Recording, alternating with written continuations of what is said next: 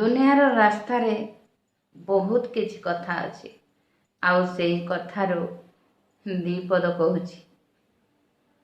बापा माँ धनी हे न पारती, पैसा वाला हे न पारती, तथापि गोटे रूम रे पांच पांचटा छुआ को रखिकी बड़ करती मनीष करती। आउ सेही पिला माने जेतेबेले मनीष हो जाती घर तैयारी करती से पांचटा बखरा रे बापा माँ को पाई बोली गोटे रूम न थाए।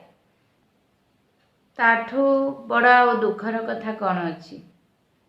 जो पिलांको पाई बोली बापा माँ निज भविष्य भूली जाइथिले, निज कथा चिंता न करी पिलांको खुशी देखुथिले, तांको स्वप्न को पूरा करने पाई जाइकी निजर इच्छा को मारी दउथिले।